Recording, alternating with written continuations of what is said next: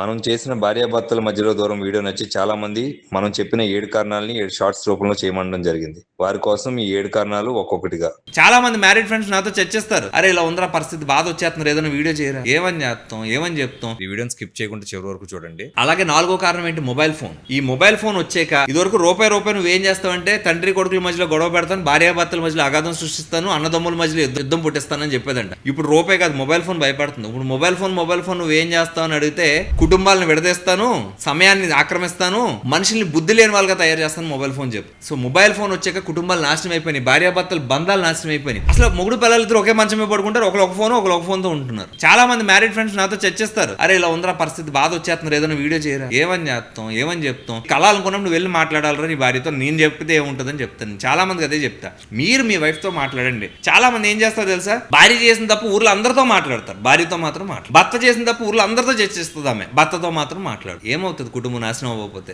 ఎవడు తప్పు చేసాడో వాడితోనే మాట్లాడండి, ఎవడు తప్పు చేసాడో వాడికే చెప్పండి. కొన్నిసార్లు చెప్పినా మారనప్పుడు ఏం చేయాలో ఫైనల్ డెసిజన్ తీసేసుకోండి. నేను నా జీవితం దారిపోస్తాను, త్యాగం చేస్తాను, నేను జీవితం మొత్తం ఇక్కడే చచ్చిన శవంలో బతుకుంటాను, ఎవరికి ఉపయోగం లేదమ్మా. దానివల్ల నీ కుటుంబం, నీ పిల్లలు, అందరి జీవితాలు పాడవుతాయి. ఒకే ఇంట్లో మాట్లాడుకోకుండా ఉండడం దానికన్నా విడిపోవడం ఉత్తమం చెప్పు. మనుషులు కలిసి ఉండడానికి ఏం చేయాలో అన్ని చేయండి. ఆఖరి నిమిషం ఒక నిర్ణయం తీసుకోండి, అంతే తప్ప ఇలా త్యాగాల పేరుతో జీవితాలు నాశనం చేసుకోకండి. సో ఈ మొబైల్ ఫోన్ ఏం చేస్తుంది, ఇన్స్టాగ్రామ్ అని, యూట్యూబ్ అని పట్టుకొని కూర్చుంటున్నారు. అలా మొబైల్ ఫోన్ కి ఇచ్చే సమయంలో 10వ వంతు సమయం మీ కుటుంబానికి ఇవ్వండి. మీరు పొద్దున్న నుంచి సాయంకాలం దాకా మొబైల్కి ఎన్ని నిమిషాలు ఇస్తున్నారు రాసుకోండి బుక్ పెట్టి. అందులో 10వ వంతు మొబైల్కి ఇవాళ 2 గంటలు ఇచ్చాం. 2 గంటలు అంటే ఎన్ని నిమిషాలు, 120 నిమిషాలు. 120 నిమిషాల్లో 10వ వంతు 12 నిమిషాలు నీ భర్తకో నీ భార్యకి ఇవ్వను, చాలు నీ కుటుంబం నిలబడిపోద్ది. అసలు నువ్వేం ఆలోచించక్కర్లా. మొబైల్ ఫోన్ వచ్చి పుట్టించిన అగాధం కుటుంబాన్ని నాశనం చేసేస్తుంది. సో చాలా జాగ్రత్తగా ఉండండి. Mobile is the most dangerous thing ever. బయట పడేయండి, అవసరం అయితే మీరు ఇద్దరు కలిసి కూర్చున్నప్పుడు ఫోన్ ఉండకూడదు పక్కన. ఫోన్ పక్కన పాడేసి ప్రేమించుకోండి, అప్పుడు ప్రేమలు నిలబడితే, బంధాలు నిలబడతాయి.